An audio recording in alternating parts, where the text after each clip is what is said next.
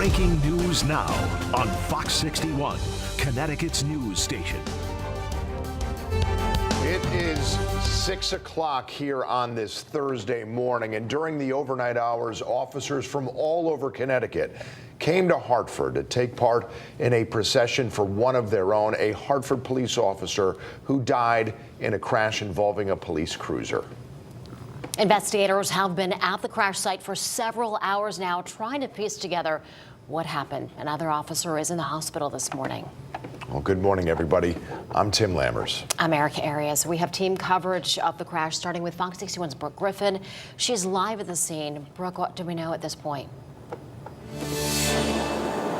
Yeah, well, Hartford police have officially told us, unfortunately, one officer again is dead and one has very serious injuries. They are in the hospital this morning. Now, I do want to update you, if you've been watching with us this morning, this is the scene that we're looking at right now. The Hartford police cruiser that was involved and the gray sedan are both still here on scene. But within the last 10 or so minutes, they have officially brought in two different tow trucks. They've pulled these cars out. Now, if we are zoomed in to the police car, you can see that there is a significant amount of damage on the right side of that police cruiser. You can see that it is very smashed in. A lot of damage. The airbags seem to have also deployed as well. So we are getting a better look at what exactly may have happened here, but we've not heard from officers what the details are at this time. They haven't really released a lot of information to us, which is typical whenever we have scenes like this one, especially officer-involved death scenes. This is something that they really just pick through, comb through all of that evidence and really look at it before they share a lot of those details with us.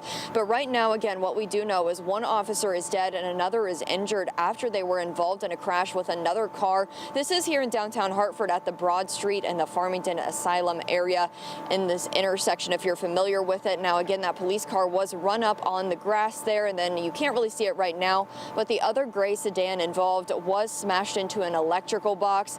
We are still waiting for a lot of those details. They've not released the names of those officers at this time, but the one that is injured, they say, is in stable but guarded condition. Now, we also know that there is a suspect in custody, and while we don't have any information as to why exactly that person was arrested, that is another thing that we are still waiting to hear at this time. Now, again, if you do have to come out to this area this morning, at least at this point right now, they have Broad Street shut down from Capitol to Garden Street and Farmington and Asylum closed from Flower Street to the 84 overpass. Now, Connecticut State Police did take over this scene around midnight or so a couple of hours ago. Hartford police are still here as well. It's just a very heavy law enforcement presence all around this area of the Broad Street, Capitol Street, Farmington Avenue area right now. So just keep that in mind. You are going to have to make quite a few detours if you're trying to come into downtown this morning from this area.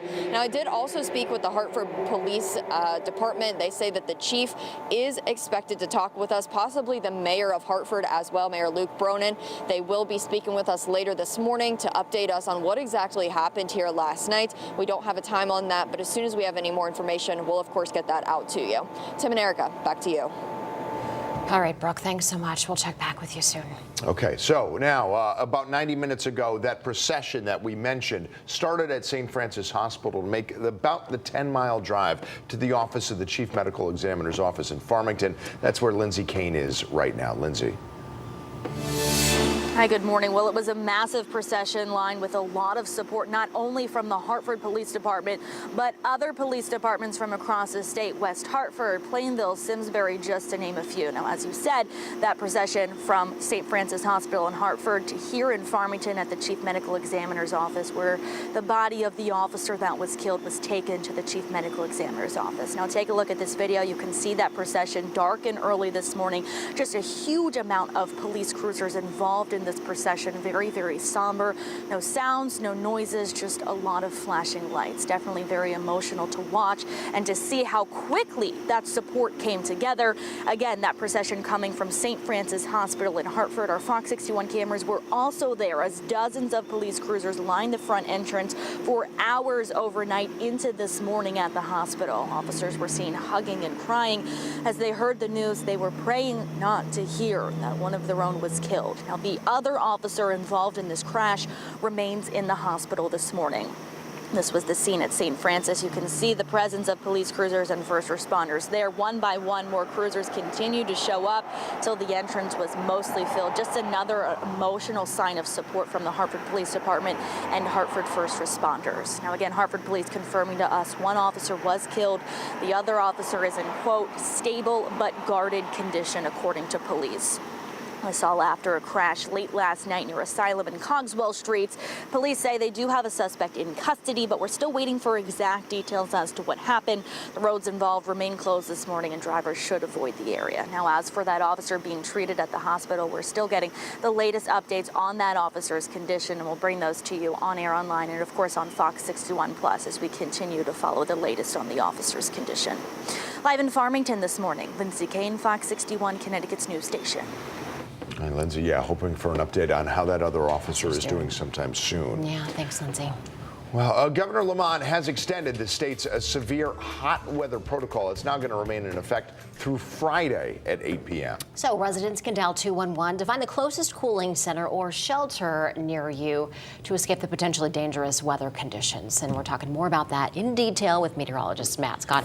A lot of schools getting an early release because of this heat. Yeah, it's been tough. Teachers, students, everyone in between, suffering all together under some very hot, oppressively hot conditions, and that continues. So as long as that continues, those early dismissals will continue as well. Heat index between 95, closer to 100 today, as that heat advisory continues through tomorrow. Temperatures right now in the upper 60s to the lower 70s. That's about where your dew points are. So a little bit of fog, not a major problem out there, but it is the humidity, and as you can see, it continues to dance in oppressive territories. All this translates to our first opportunity for rain this week. It's not a great opportunity, but where there may be rain, and we're focusing primarily on the western border, there is a risk for some of these storms to fire up to severe levels. Storm Prediction Center has us under a level 2 just for like Salisbury over to Canaan, down through Kent, and then a level 1 for, let's call it, north and west of I-84, primarily down into Fairfield County as well. Here's the call for today. Temperatures getting to record territory, 90 to 95 across the board. Again, factor in humidity, it goes a lot higher than that. Bus stop forecast this hour, 72 degrees as the kids get off the bus. For many of them earlier than usual, we're looking at temperatures in the low to mid 90s. Full forecast details on the weekend, that's coming up. Let's also remind you that dismissal times for all school levels statewide are listed as follows. High schools dismissing at 10:30, middle schools 11 o'clock, elementary schools at 11:45. They do that so all the buses can run the same schedule, a similar schedule to what they have in the afternoon. Keep an eye on the bottom of your screen. All of the names of the schools conducting the early dismissals are there. For a look at that complete list, as always, you can go to fox61.com or download the free Fox 61 News app. There's a lot to talk about in the weather, in the roads as well. Let's go to Rachel Piscatelli. Good morning. Hey, good morning, Matt. We're going to start things off over in the capital city this morning where we have those several road closures. So we're going to get you through those road closures so you know kind of where to go or where to navigate. Talking about those road closures now, this is going to be, or our first one rather here, we'll go Broad Street is closed from Capitol Ave to Garden Street this morning, and that's going to continue towards... We'll zoom in to Asylum in Farmington from Flower to 84 overpass. So that's going to prevent you from getting onto 84. So some of the areas that you can go, detour Sigourney Street to get onto 84. You can also take Pulaski Circle to Whitehead Highway, and that'll get you onto 91. And then you can take some detours there to get you to 84. We have a tractor trailer crash on 95 northbound out by exits 51 and 53. The right lane is blocked over in East Haven. That's going to stretch back to exit 52. This is a live look outside at exit 53 where we have light volume, so it doesn't look like traffic is too tied up. Now we'll take you to Rocky Hill. We have another crash, 91 northbound out by exits 23 and 24. The right lane is blocked at the moment. And we'll take a live look outside where we're starting to see heavy delays in the area because of that crash. We'll keep you posted every step of the way with another update coming up at 6:30. Tim and Erica, back to you.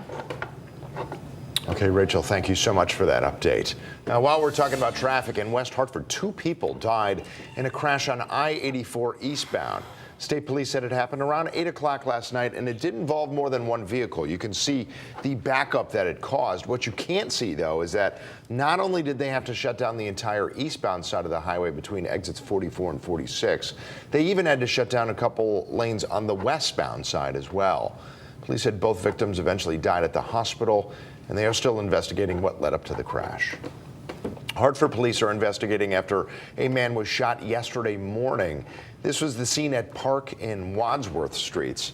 Police haven't said who shot the man, but they did say he was taken to a hospital in a private car, and he is expected to survive. We don't know yet what led up to the shooting. The woman accused of attempting to aid in a relative's suicide attempt is expected to face a judge today. Catherine Bleach is being charged with attempted manslaughter.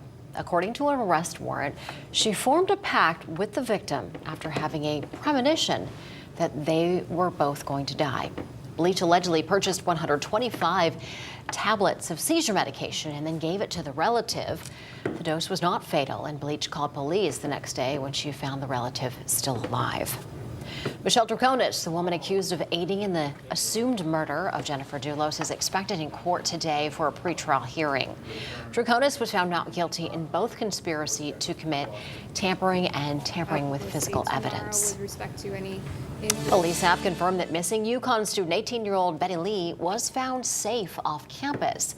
Lee had been missing since Sunday. Police started searching for her after her parents said that they couldn't get a hold of her. Now, it's still not clear what happened, but students told Fox 61 that they're happy she's safe. We don't know any information, but I'm glad to know that she's safe and that they found her, so that's a good start. Hopefully she's all right. Hopefully, nothing major happened. But it really goes to show what they're all about and that they mean business, and when something like this happens, they take it very seriously, so I was glad to hear that and really glad to see that from them. Now, this morning, we're also learning that UConn police contacted the FBI to help in the efforts to find Lee.